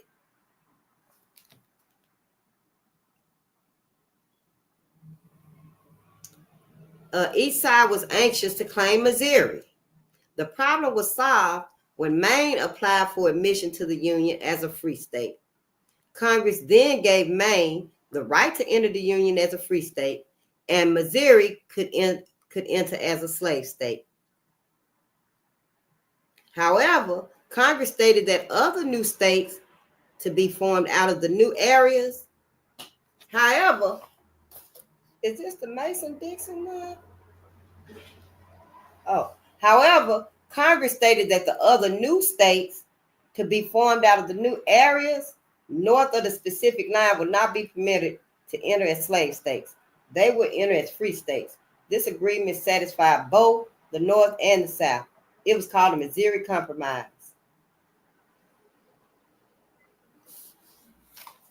Dang, they sure took a lot of effort, didn't it? Congress then gave, let's read the whole thing one more time, okay? In 1820, this here is the Missouri Compromise. In 1820, the area which is now called the state of Missouri was part of a large area of land to the west known as the Louisiana Territory. Soon, many new states would be carved out of the large area. At this time, there was an equal number of slave states where slavery was allowed, and the free states where slavery was not allowed. When Missouri applied for admission to the Union, it had to be determined if it would enter as a free state or as a slave state. The South wanted Missouri to enter as a slave state. This meant that the South would have more votes in Congress and slavery could continue to grow. The North wanted Missouri to enter the Union as a free state so that the spread of slavery could be stopped. Each side was anxious to claim Missouri. The problem was solved when Maine applied for admission to the Union as a free state. Congress then gave Maine the right to enter the Union as a free state, and Missouri could enter as a slave state. However, Congress stated that other new states to be formed out of the new areas north. Congress stated that other new states to be formed out of new areas north of that specific line that's north would not be permitted to enter as slave states because they north, they'll be with the North. Slavery was predominantly in the South. They would enter as free states. This agreement satisfied both the North and the South, and it was called the Missouri Compromise. So anything under that line was considered a slave state. It could be a slave state, and anything north of the line was not. Ooh. And that was the Missouri Compromise. Now this right here is the Compromise of 1850. It's different. That one there was in 1820, wasn't it? Yeah, 1820. This here is 1849. The Compromise of 1850. In 1849, gold was discovered in California. I think that's part of the gold rush. Many people rushed to California to find their fortune in gold. Soon, the California era had enough people to become a state. The people in California wanted to become a free state. The southern states became angry. They did not want California to enter the Union as a free state. To do so would upset the balance of 12 free states and 12 slave states. Southerners felt that the northern states would gain more voting power to further block slavery in other new territories. If the South could claim California as a slave state, they would have more voting power in the Congress and slavery would continue to spread. Bitter debates arose across the Congress. They were going back and forth, back and forth. They couldn't decide on nothing. Nobody said, hey, slavery is wrong. Stop it. For both sides. Slavery is wrong. They free people, free the people. We'll make allowances, land, finances.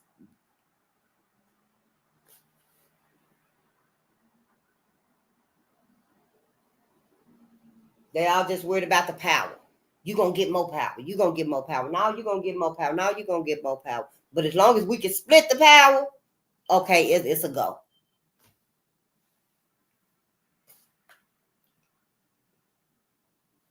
And so they was upset. The South was upset because, it'll upset the balance. Southerners felt that the northern states would gain more voting power to further block slavery. If the South could claim California as a slave state, they would have more voting power in the Congress and slavery would continue to spread. Bitter debates arose in Congress. South Carolina and other southern states threatened to leave the Union if California joined as a free state. Oh, they're going to leave altogether. Several other problems arose. One was the Underground Railroad. And we know we had abolitionists. We had conductors of the Underground Railroad that was helping tens, thousands, hundreds of slaves escape to freedom. And one of them was Steele. Remember William Steele, who helped 649 slaves on the Underground Railroad, and he helped them to escape to slavery. And what was the other one? He was his father was a rich white man, and his mother was a black woman. And when his father died, he got all the money and the wealth, and he freed. For 30 years, he kept a journal where he freed. He helped black people get to the North. One black person a day for 30 years. I think it was 1831 to 1861. And he helped 9,000 people in total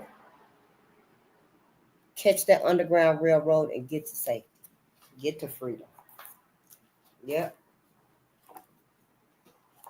So see, the Underground Railroad, that was a problem.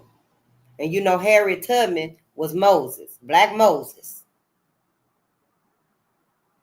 Southerners felt that the North was stealing their property when runaway slaves using secret hiding places were permitted to remain in the North.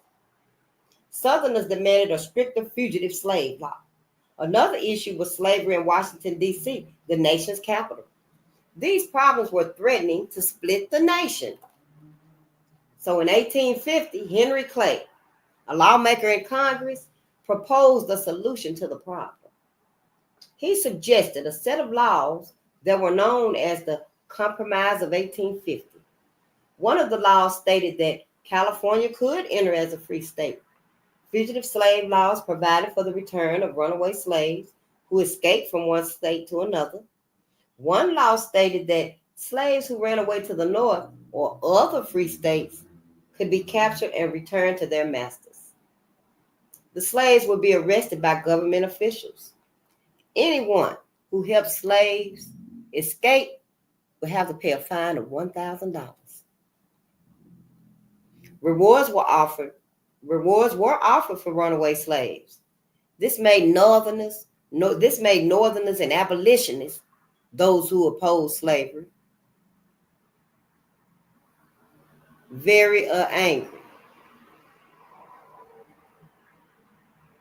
Many northern states passed personal liberty laws that prohibited state and local officers from obeying the National Fugitive Slave Law. Many northern states passed personal liberty laws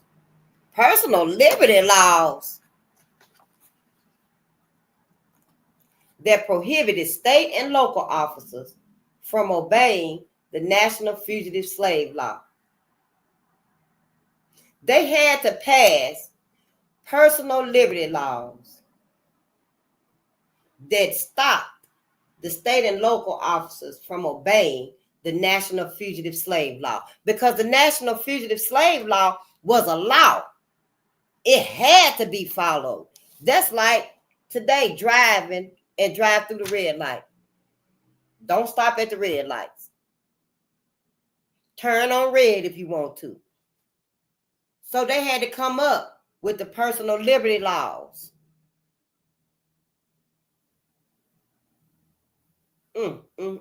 Or they would be fined $1,000 or worse.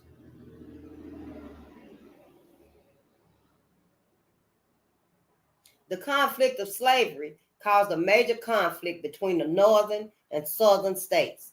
What started out as a compromise or an agreement had become a major disagreement. The nation was headed for civil war. And look, y'all, check this out right here. Look at the division. Let me mark it with my red marker here.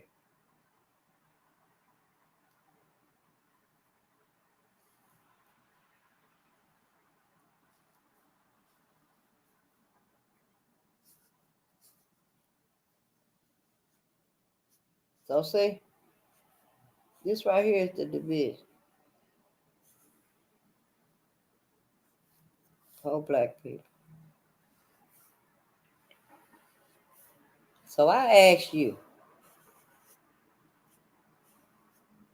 in the North, and for all the love and contributions you did, stand up for us. Why did it have to be about the money, the power, the greed?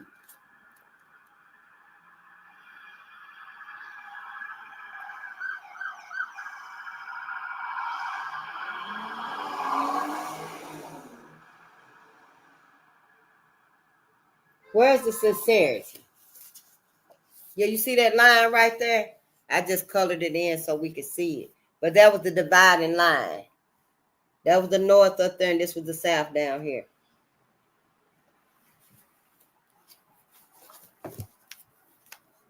And they both had their reasons for or against slavery. Now we're going to read about the Kansas-Nebraska Act. It was so many acts, we probably need to put that in there too, for the many agendas, events, projects.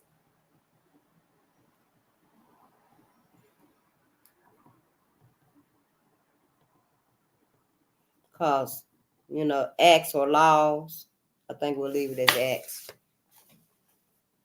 In 1849, something happened that really pleased the South. In 1854, something happened that really pleased the South. Senator Stephen A. Douglas of Illinois introduced to Congress a bill called the Kansas-Nebraska Act. The bill was designed to win the support of the Southern congressmen.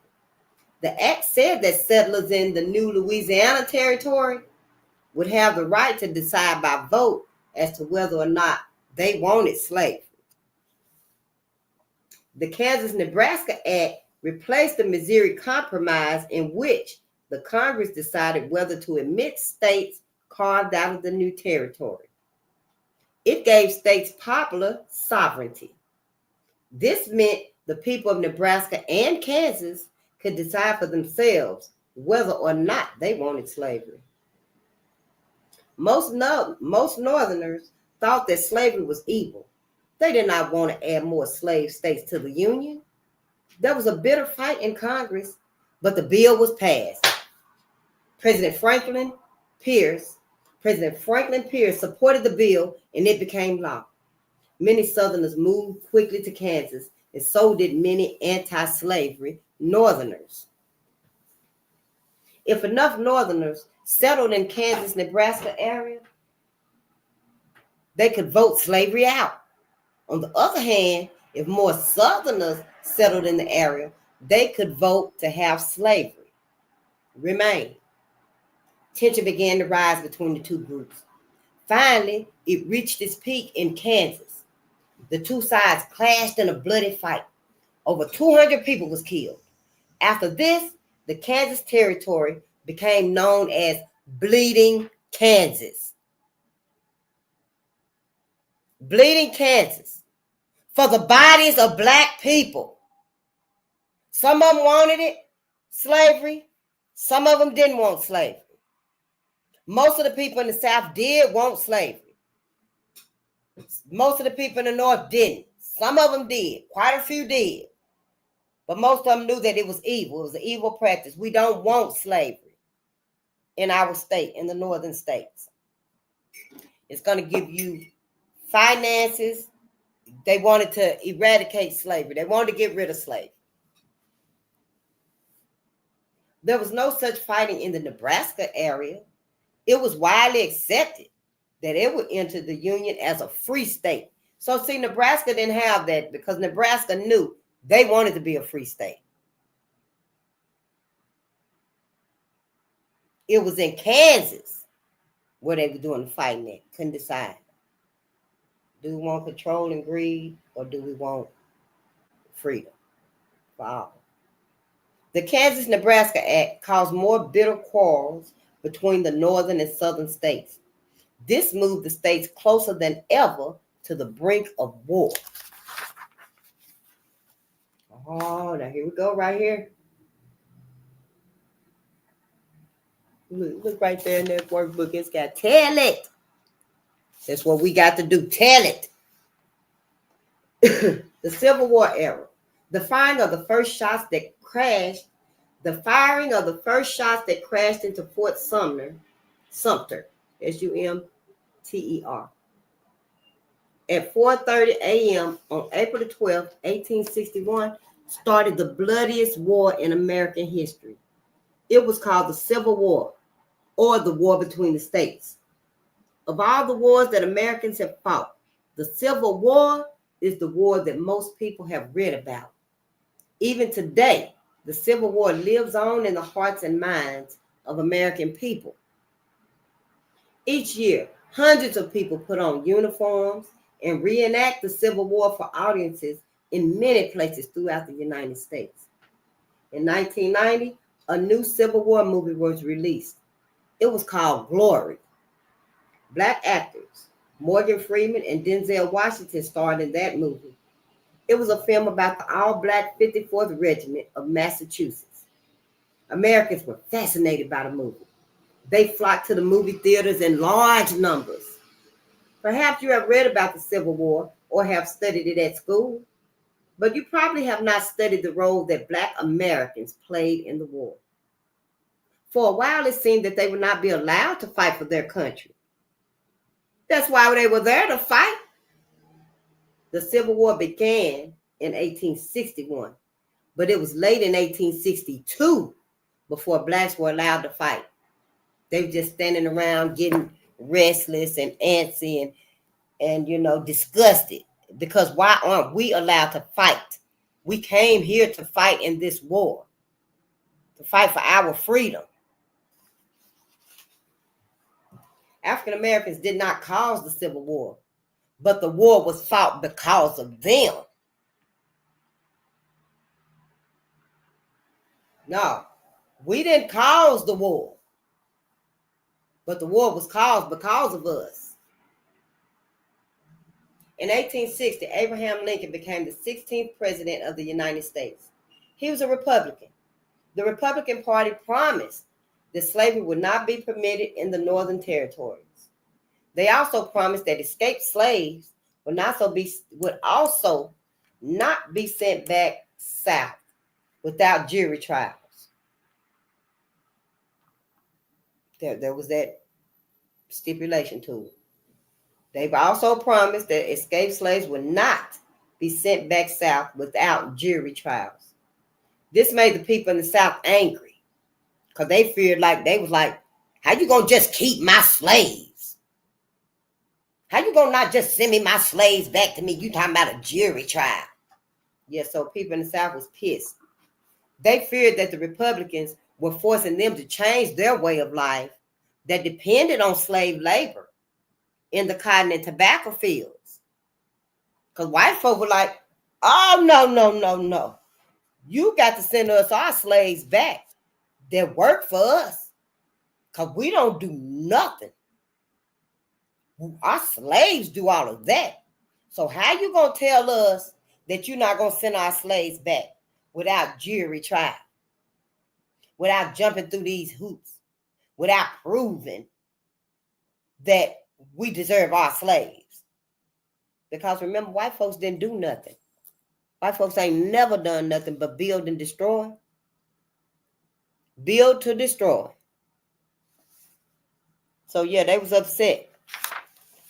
So 11 southern states withdrew from the Union. Oh yeah, honey, they started withdrawing. Yank 'em. South Carolina was the first to withdraw. It was followed by Virginia, North Carolina, Georgia, Florida, Mississippi, Alabama, Tennessee, Arkansas, Louisiana, and Texas too.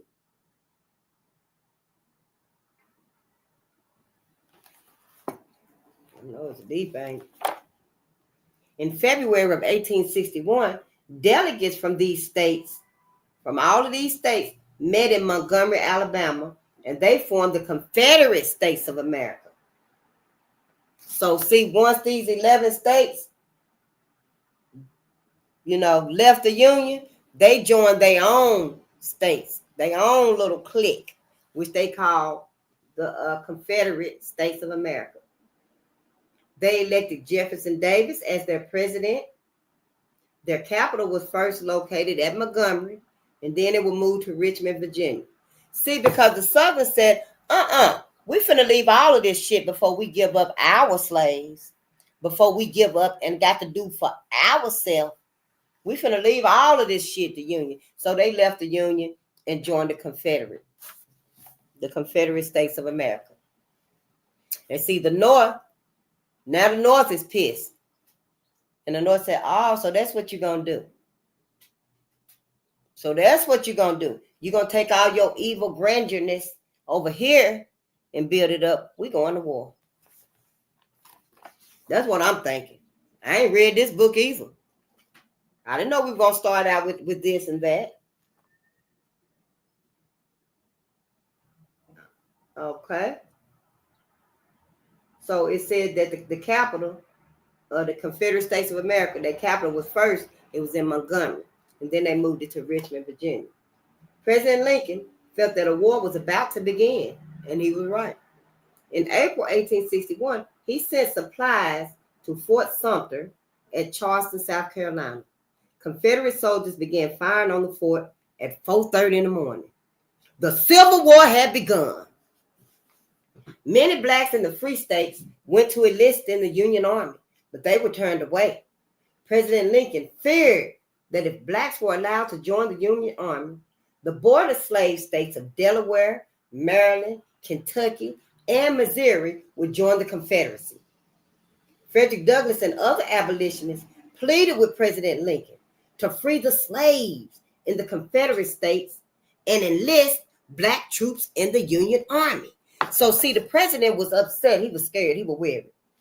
Because he was like, no, if all the slaves in the North go and join in the Union to fight in the war, then all the other people, the other states, then the other Southern states is going to join with the Confederates of America.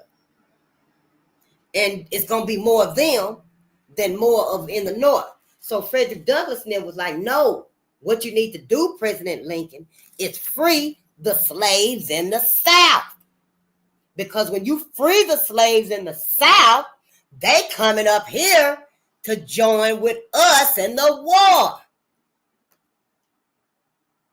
But see, remember when I had said earlier, and I read it somewhere, somebody said it, Abraham Lincoln didn't want to initially free the slaves because he did say in a speech that if he didn't have to, he wouldn't have freed the slaves. But see, he had to. He had to. Because if he didn't free the slaves and the other states joined in with the Confederate States of America, they would have won the war. Even without the slaves would have just been there. And the North would have had the abolitionists and, those that opposed slavery and the free slaves. But the South would have had everybody. So, Abraham Lincoln, he had to free the slaves. Frederick Douglass was like, well, what are you doing? Free the slaves to win this war. So that's what he did. He freed the slaves. Yep. Okay. Frederick Douglass and other abolitionists pleaded with President Lincoln to free the slaves in the Confederate States and enlist black troops in the Union Army. So now the black troops can join the army. At first, Lincoln would not listen. The war raged on. The Union soldiers were growing tired of the war. Few were volunteering to fight. Many had been killed or injured in the war. The Union Army was losing more battles than it was winning. They was tired. So in July of 1862, Congress passed 2 laws. One was the Confiscation Act. It declared that if a slave owner helped the Confederacy, his slaves would go free. The other law was called the Militia Act. It gave the president the power to use blacks as soldiers. As Northern armies drove into Confederate territories, slaves in the Confederate states fled and joined the Union Army. They were called contraband and considered to be tools just as guns and ammunition seized from the enemy. They were not to be returned. On New Year's Day in 1863, though, President Lincoln issued the Emancipation Proclamation. The Emancipation Proclamation stated that slaves in states or districts in rebellion after,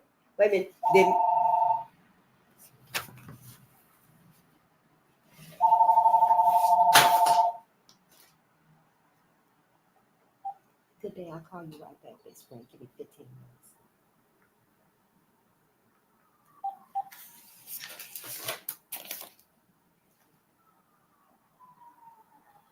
In July of 1862, Congress passed two laws. One was the Confiscation Act.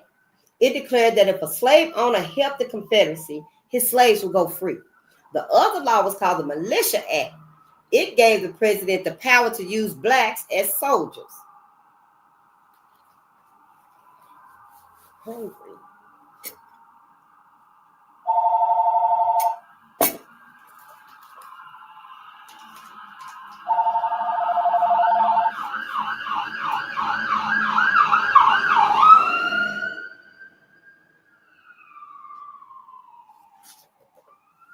Thank you for joining the call, best friend. Hang on just a moment.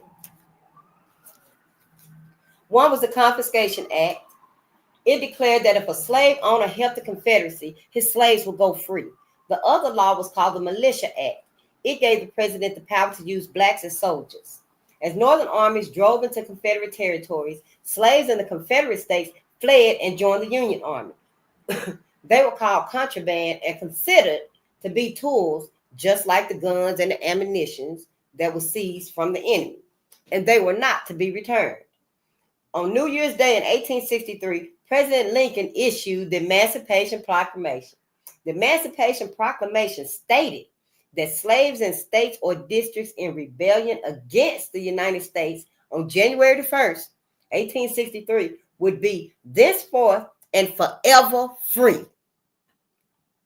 Let me read that again. On New Year's Day in 1863, President Lincoln issued the Emancipation Proclamation. The Emancipation Proclamation stated that slaves in states or districts in rebellion against the United States on January 1st, 1863, would be thenceforth and forever free. 5 days after the proclamation was issued, the 1st Regiment of Black soldiers entered the Union Army. Thousands of free Black people rushed to join the Union Army.